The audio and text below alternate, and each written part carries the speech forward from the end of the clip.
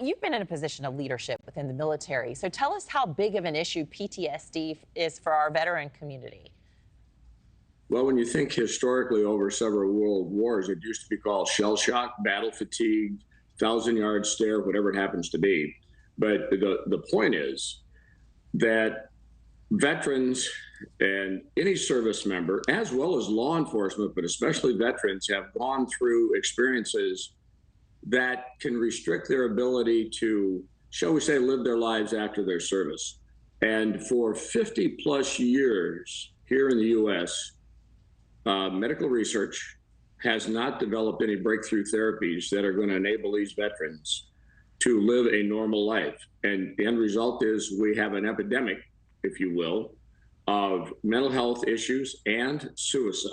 Yeah. So those of us who got involved here, especially several of our members who have served themselves and some who've gone through some level of psychedelic treatment outside the country, have made it a priority to move the government forward to get good research done so these veterans can live a complete life after their service. Yeah, as a reporter covering wounded warriors for years, talking to them, they're surviving injuries that they would have died on the battlefield from, coming home with arms and legs blown off and shrapnel in their face and just dealing with so much PTSD as well from all of it. And so there is something that needs to be done. We want to help them. The FDA is taking advice from a panel of 11 experts, and 10 of them, though, they're said to not allow for MDMA treatment. So why should the agency go against their recommendation?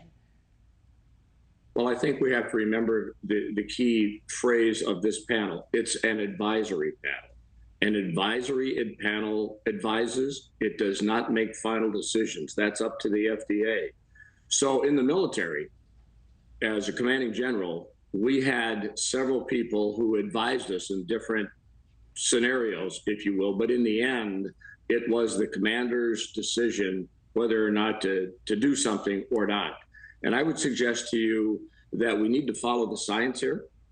We need to not make this an end game. All we are trying to do in Congress is to try to move the ball forward to continue the discussion.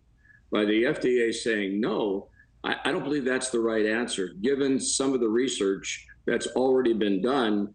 And I believe the advisory panel could have done better if they would have taken a really look into places like the Bronx Veterans Hospital that I visited about a year and a half ago, to not only talk to the therapists, but also talk to the veterans who said they wouldn't be alive today if they hadn't gone through that therapy.